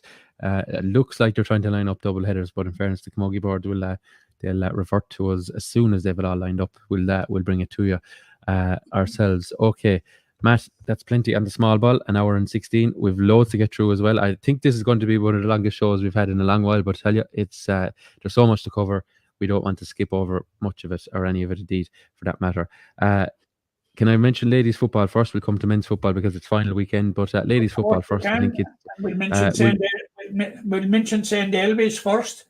As I said, St. Elby's are in Munster Intermediate Football Championship action this Saturday evening in Éire Óg Anacarty at 6 p.m. Now, they have already beaten Adare. They're playing Kappa White. Kappa White have already beaten Éire Óg from Ennis. So it's a semi-final for the right to play out Donovan Rosses of Cork, who are playing Scathlin from Kerry in the other semi-final. Right. So, Elby's have great pedigree going into this time. Make no mistake about it. They were very, very impressive in Limerick. Very, very impressive. None more so impressive than in the county final. When they ticked an awful lot of boxes in the county final. And they went to Waterford since, and they won in Waterford, I think something like 5-16 to 4 points. Yeah. Huge tally going forward, And you must remember, if you're talking about standards in counties, like this year, Waterford were playing League Division 1. Limerick were playing League Division 4. If you want to use that as a benchmark. Junior and senior in the championship, of course. Yeah. But admitted now, Nadesh were the intermediate champions. But nevertheless, you would imagine that disparity wouldn't be there. But I'm sure Kappa White are going to be a totally different kettle of fish. Yeah. It's not a million miles over the road. They had a good win over Éire Óg, Ennis, and They beat Templemore in the final of the Tipperary Championship, a Templemore team that had beaten them in the group stages. So it comes back to what we've talked about here ad nauseum, about beating a team for a second time in the championship and how difficult it is, and that's a case in point. But they beat Templemore in the Tipperary final. So, yeah, I'm very hopeful that LBs will get through. Yeah, and their camogie commitments have eased in last week, so football has firmly been on the agenda, I'm sure, in the last couple of weeks or so. Excuse me, sorry, they finished up camogie last weekend. Just to mention as well, Mungret into the Munster Junior football final. Yes.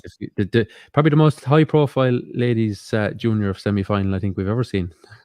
I think it actually, Tom, it captured the imagination of the entire sporting country. You know. Well, can I say a couple of things? Can I say a couple of things in this? Obviously, Mungret won the game for.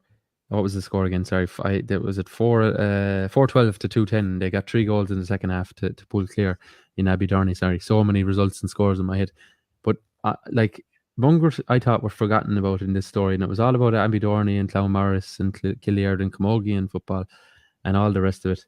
Mungret were forgotten about. The Mungret were asked to play the game at different times, different dates, different venues, all the rest of it. They tried to agree. They did their best.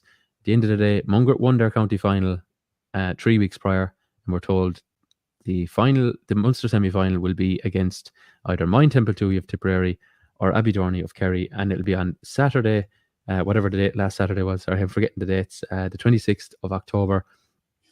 At this time, they made all their arrangements, players work and shift work with holidays, with this, that and the other, and they seemed to be thrown under the bus, I thought, a bit by Abidorny, and eventually the game went ahead, and Mungret showed their class and their quality and their their footballing ability and got the win. So we must tip our hat to them. And it can't have been easy for them. There was a lot of chit chat about the game and Abidorny this and Abidorny that, but Mungret did the business, Matt, and it's a Munster club final to come. It's great for the club, Against Middleton, I think.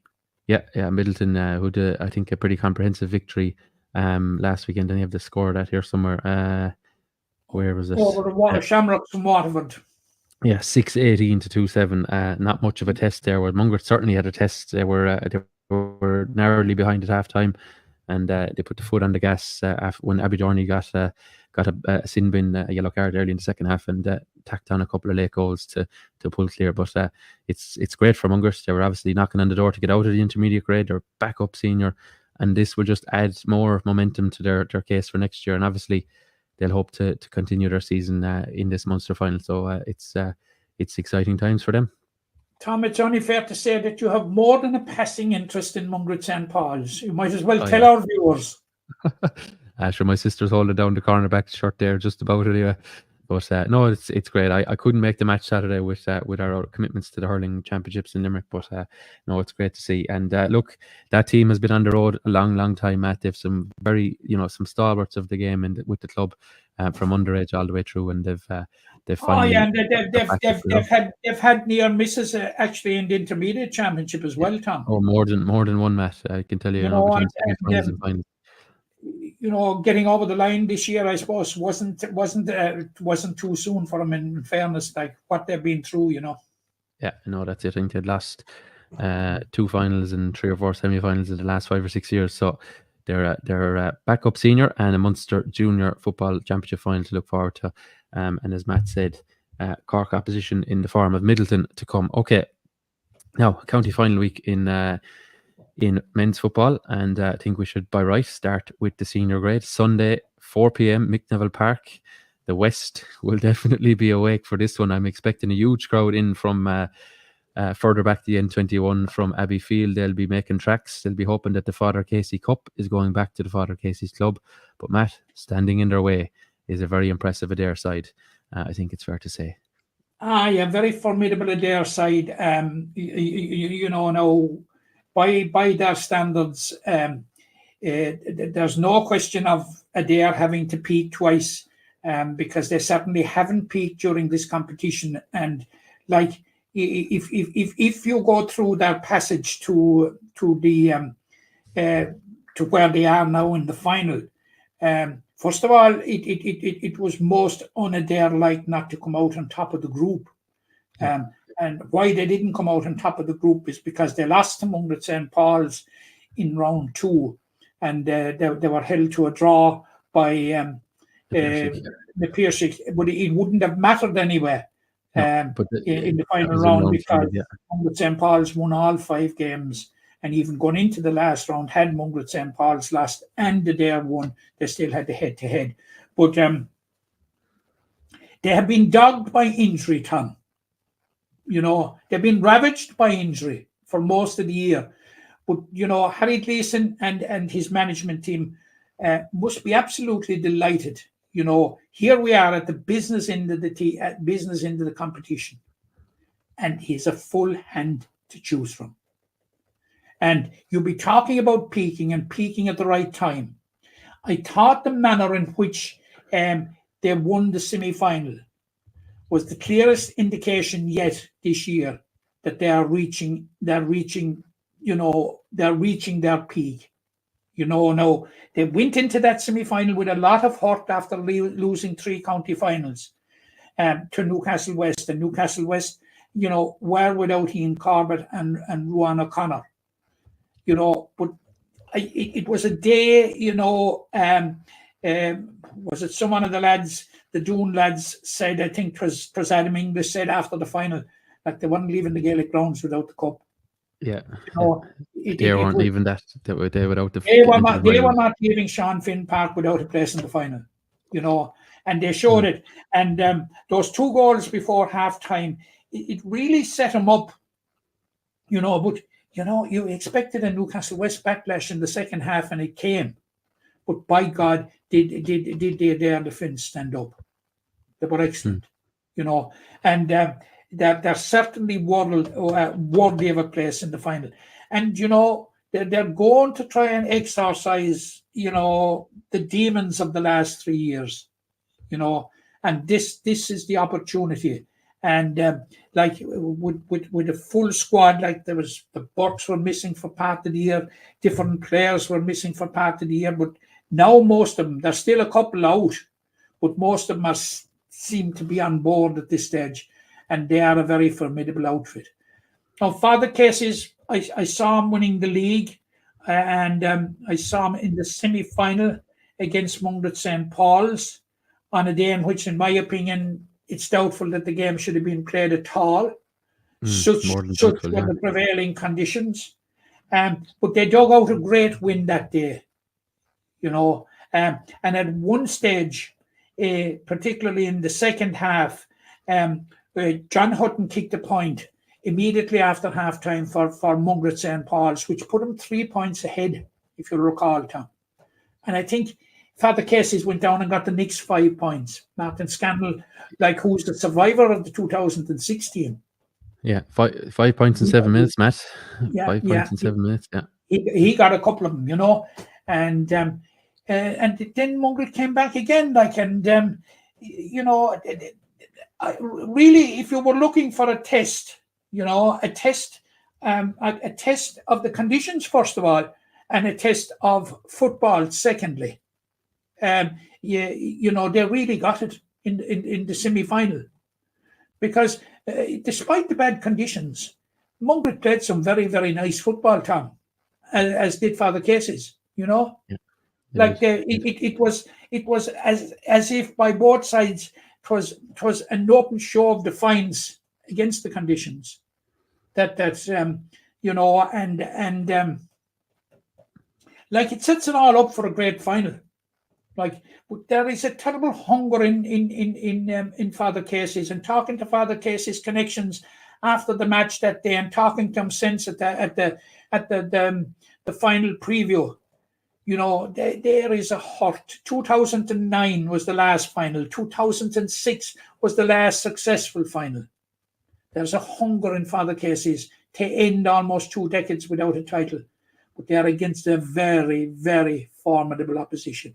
Like, for the first 17 or 18 years of this decade, of this millennium, Drum Broadford were the team of the championship.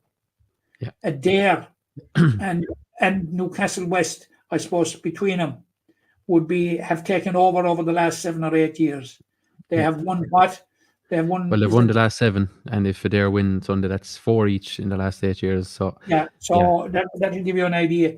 And you know, Father Casey's have to break that, you know. But we had Doon, we had the Piercy, Kilmallock, Patrickswell. Doon broke it. yeah, that's it. Yeah, fair summation. Yeah, no, I think it's an intriguing final now. Adare, as we know, have been there. 2019 is the only year since 2017 they haven't been in. 2016 was the final before that. So basically, 17, 18, 20, 21, 22, 23 before they've been in all those finals. They were in an intermediate final as well in 2015. They were in a 21s final that year as well. They have been at the business end of Limerick Football Championships for a decade now. And, you know, for me, that has to count as something this weekend. I'm not saying Father Casey's can't do it. I just think that, you know, at the adult grade, to be in those finals, it really does sharpen you. But then again, as you say, Matt, the hunger that must be in Father Casey's now at this stage. I mean, 2006, I could have come up against a lot of their underage teams down the years, and you know, you'd some tremendous footballers and some great teams, but just could never.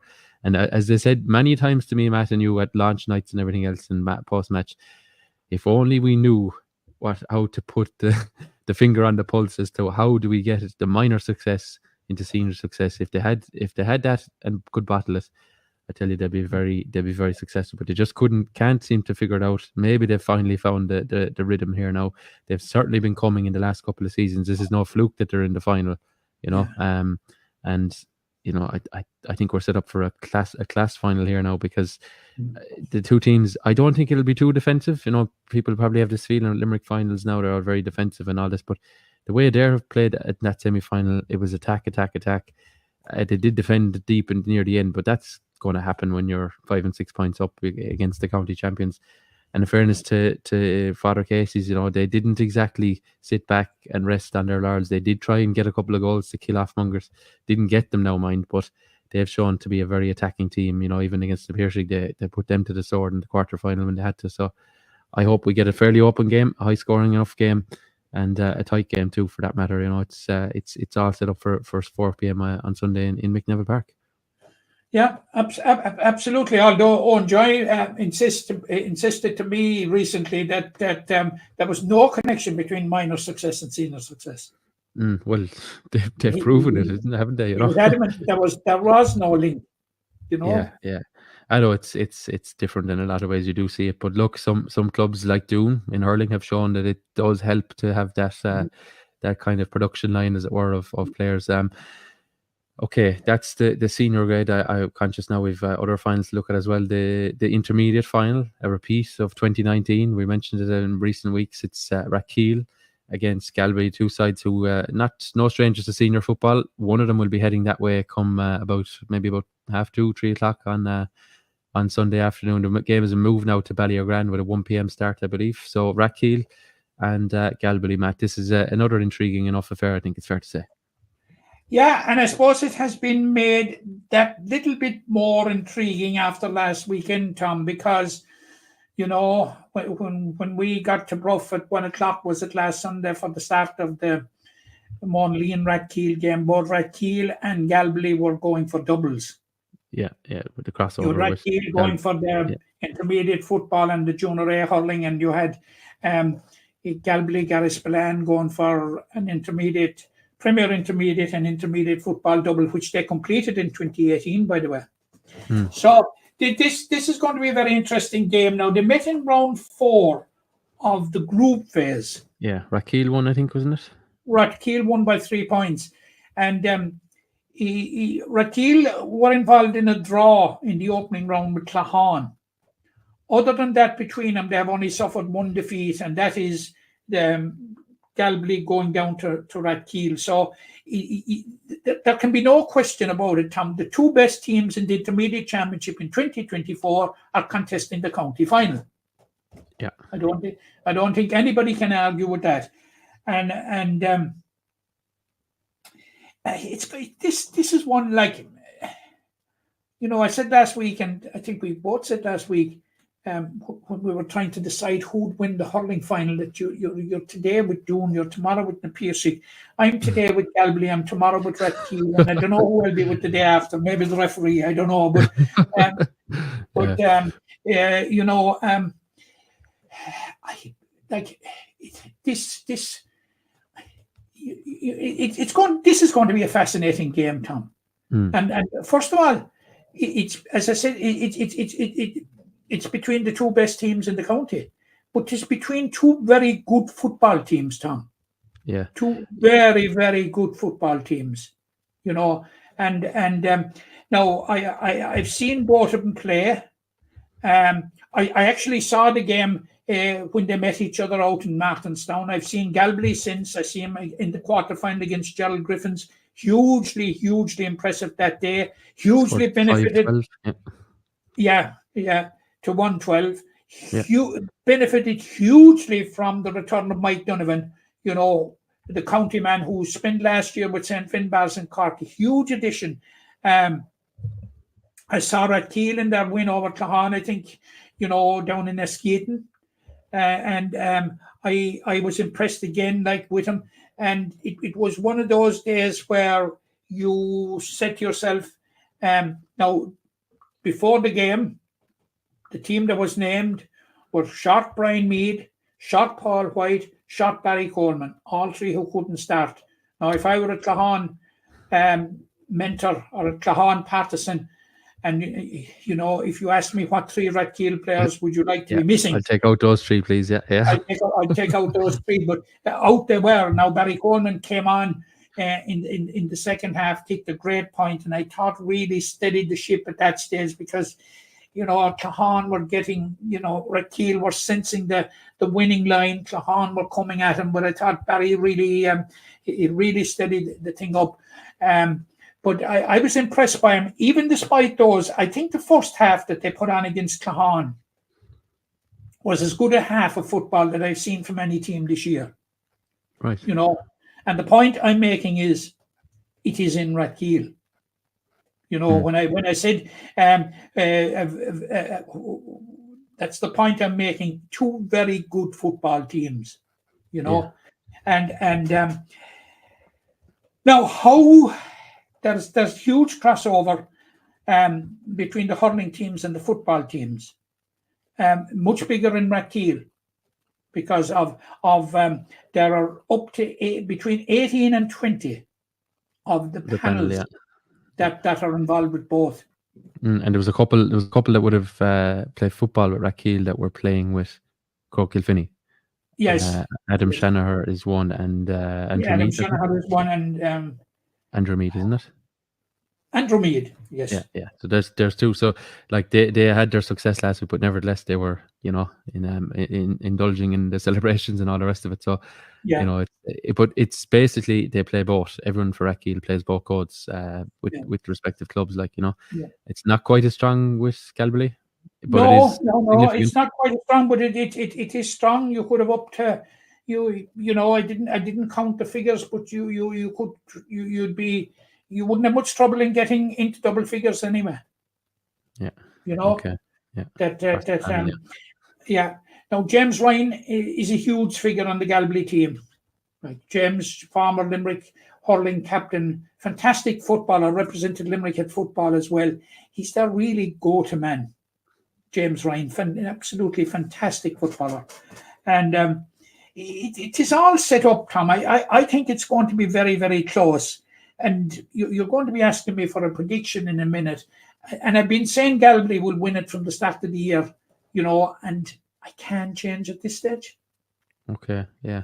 Well, in fairness, looking at the results now, I have not seen these teams in action because, you know, as you know, it's always clashing with the other grades. And Galway have been scoring goals, Matt. Like a goal at this time of year. Now I know there could be 5 goals in it. Probably not. There'll probably be only one or two. You know, if Galway can keep up that trend, they hit 5 in the quarterfinal. They hit 2 in their semi-final. They hit 2 against Rathkeale earlier in the year. I think they hit one game. They scored 1 goal. Every other game they've scored at least 2 goals. Like if they can hit 1 or 2 again, I tell you, they'll be hard stopped. I make this point. I made the point about Max Ivory last year. the Galway captain is Eamon O'Mahony, Right. an extraordinarily talented footballer. Okay, he'll be the difference. Is that what you're telling me?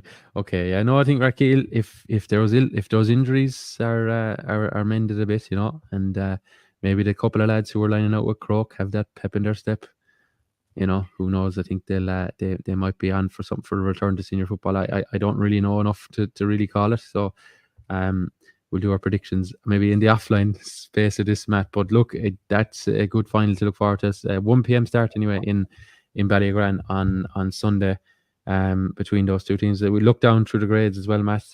The Premier Junior final, Adare and Kappa, two sides who've been up the grades before. Obviously, Adare were senior for many years and intermediate as well. Kappa have been intermediate not that long ago. Two sides trying to make a step back here. And look, it's a grade. I know I've been playing in the grade myself. It's a grade that you would be very hard pressed to predict the finalists from day one. So everyone has a chance, I think, of making it. And it's Adare and Kappa's turn now this weekend. I think it's Saturday afternoon, isn't it? Yeah, I had fancy for Kappa from the start, Tom. And Right. I will tell you why.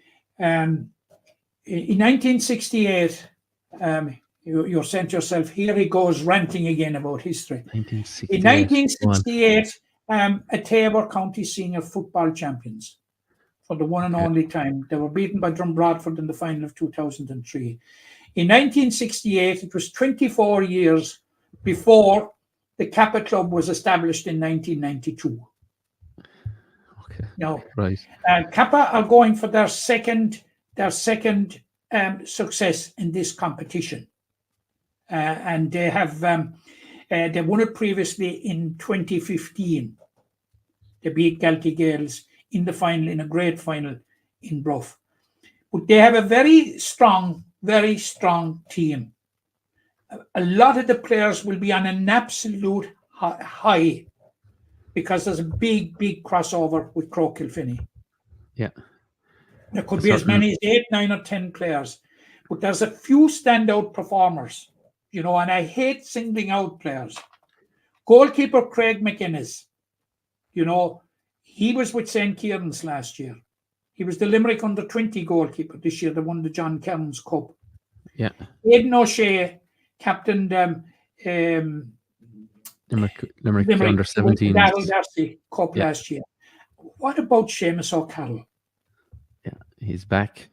He's back and back with a bang, as we saw last Saturday evening with his 3 points for Croke Kilfinney. He lit up the Dublin Championship when he left Limerick to join Castleknock for a number of years. But now he's back in Limerick. He's back with his native Kappa, and he's a huge addition. And if you players with that kind of leadership quality, sprinkled around with players, that have been quite good, very good players over the years, plus the fact that they're on a high, it makes them favourites as far as I'm concerned. But having said that, they have come from nowhere. Yeah, that's what I mean. That's what I mean about this grade. Say we're in the relegation final last year, they were in the relegation final last year. I tell you, you'd have if you said at the start who'd be relegated, you'd probably look at who was in the relegation final last year. Sure, they'll probably be thereabouts again. But you take the case of Johanna hurlers, who only stayed up on a penalty shootout last year and were beaten in the county semi-final this year, 4 straight wins in the championship. It can turn around. But in many ways, they are a bit of an unknown quantity, Tom. Yeah, I'd agree. They're a bit of an unknown quantity coming into it. One thing I will say, they have a very astute football man at the helm in Seamus O'Donnell. Yeah, St. Kieran's man, of course, yeah. Yeah, St. Kieran's man, former Limerick goalkeeper. Yeah, what I will say about it, and again, as I said, I played a few games in this grade. We were in the other group. We didn't play either of these teams, so they were in the stronger group by the looks of it. Ate won a quarter-final against Father Casey's, wasn't it? Yeah. On penalties, right? And a wicked bad, I think it was a Thursday night. So they went all the way to penalties. They, dug it out. They went to the semi-final. They went to extra time. And I'm trying to remember now who they beat. They won by a point against... who was it? Monaghan. Monaghan. They have shown obviously in those 2 games a willingness to go into the trenches, and like if it's going to be needed again. It's set for Askeaton, and Askeaton is a fine venue. I just wonder how soft it'll be in Askeaton, and will Adare have that, that battle hardness, that they've accumulated in the last 2 rounds. Is that what they have, and is that going to get swayed as their direction? I that's my that's my 2 cents maybe on it, but I think it's fascinating, in fairness, that when you lay out the Kappa team, you didn't even, the likes of Colin Barry and Owen Barry, the brothers there, they're 2 stalwarts of the club as well, like, and Owen was cornerback in the hurling last week. There's others besides, like they've some great talents, it's fair to say. We've Evan Curry as well. He's playing with Adare. He's playing. Evan Curry's playing with Adare now, and Callum Buckley is playing with Adare. Yeah. And those 2 won Daryl Darcy Cup medals with Limerick last year, and this year they won All Ireland Senior Colleges C medals with Tarbert Comprehensive. Yeah. So there's plenty of pedigree on this, especially on the younger guys in these 2 teams. But intriguing find. Look, very hard to call from having not seen an awful lot of them. As I said, it clashes with so much other that we cover. But we'll see how it comes. Just to mention the other fixtures, Matt. Ahan, Gary Brennan inspired Ahan, I think it's fair to say. Now I know they have the Morrisseys back as well, who were playing Shinty last weekend as well, and they've obviously a couple of rugby stalwarts, probably the most famous junior team Limerick football has ever seen. With 3 rugby players with 92 Ireland caps between them: Sean Cronin, Tommy O'Donnell, and Ian Keatley. I nearly forgot Tommy O'Donnell. Yeah, there's a certain element of doubt surrounding this game. There is. Yeah, it's Fedamore they're due to play, but I suppose we can say at the time of recording, we believe there is discussions ongoing regarding an appeal from I believe it's Camogue Rovers regarding their an objection. I think an objection, I should say. Yeah, an objection regarding their semi-final loss to Fedamore. Now we don't have all the detail at this time. We'll let the county board decide what's going to become of it, but I suppose it's to do with player eligibility as far as I'm aware. So at the time of recording, Ahan versus Fedamore is scheduled to be on, but as Matt correctly says, there's plenty of doubt over it. But look, we're waxing lyrical about the nearly at this stage, Tom, I could say there's more doubt than certainty about it. Yeah. But look, as I say, we've no official line to say it's off or whatever, but there is there's talks it could be off certainly from this weekend. But it's a case of watch this space. Yeah. At the moment, it's set for Saturday at 1 p.m. in Carrick-on-Laois. So we'll see what comes of it. But the grade below as well, Matt, is also penciled in for this weekend. It's a second team against the third team at St. Kieran's. The West champions against Mungo St. Paul's, the City champions. That's set for Sunday in Askeaton at noon start. That game was originally fixed for Sean Finn Park. And it is now switched to Askeaton. So listeners and viewers would want to be mindful of that, because it was quite well known that it was fixed for Sean Finn Park. It is now in Askeaton. Yeah, that's it. Yeah, Askeaton at midday. That's going to be an interesting game, because it'll be like a flip back in time, like when you have players like Johnny McCarthy, Anthony Mulno, Jack Ben Hartnett, Seamus Mangan, they'll be all lining out with St. Kieran's, which will make it very, very interesting.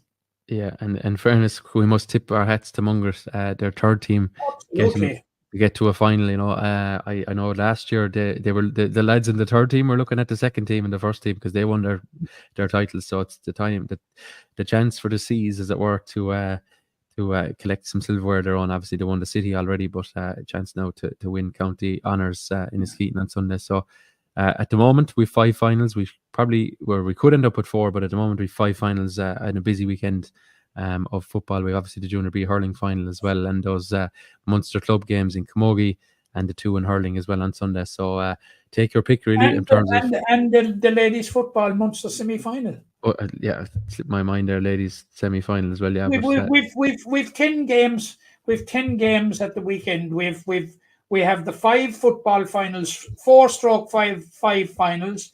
We have 3 Munster Club hurling championships, and we have Munster championship in Camogie and ladies football. And the Junior B hurling, Matt. Come on. And the Junior. Oh, Tom, my apologies. I love it. Yeah, no problem. My humblest of apologies to you, Mr. Clancy from Ballybrown. And yeah, well, the Killarney Palace Kenry as well. It's the 11th game of what you mentioned there over the weekend. It's the last. The best is to last, Matt. 7 p.m. On Sunday evening. That one in it there. But anyway, look, we've covered plenty in the last nearly 2 They've hours. already met this year, of course, and Ballybrown have won it by 20 points to 2-7. Yeah, but finals are different. Okay. Matt, is that it? Have we covered it all? I know I briefly mentioned the Shinty there, the Morrissey brothers that lined out for Ireland in Cusack Park on Saturday just gone. They needed extra time, I think it was, to get over Scotland. Bit of a novel enough game, but I didn't catch much of it now myself. But nevertheless, more silverware for the Morrisseys wherever they go. There's silverware follows, and I'd say a hand when they do line out in that Junior A final. We'll hope that the Midas touch has been passed on from the Morrisseys as well. Okay, is that it, Matt? Have we covered it all? The last hour and 50 odd. I think we've covered. It's the longest podcast of the 304, and I have done how many? I have 296. My 300 is coming up shortly. All right, we'll have to mark the occasion. Yeah. Well, look, I think in fairness, You'll I know people. You'll have to surprise me that day, Tom. Yeah, I know. I think people have said, "Geez, how long is that podcast?" But there was just so much to cover this weekend. I think it's fair to say. Look, thanks to the listeners, and then thanks to Pat Ryan. In fairness, his kind comments about the value of our podcast. It's good to hear that. I think he said that plenty of men and women from far and wide are tuning in and love to hear all things GA. So hopefully we do our share that each week, each Wednesday or indeed Thursday, whenever you pick us up. Matt, thanks a million for your time as always. We'll chat you over the weekend, and do enjoy the games, whichever one or two or five you're going to over the weekend.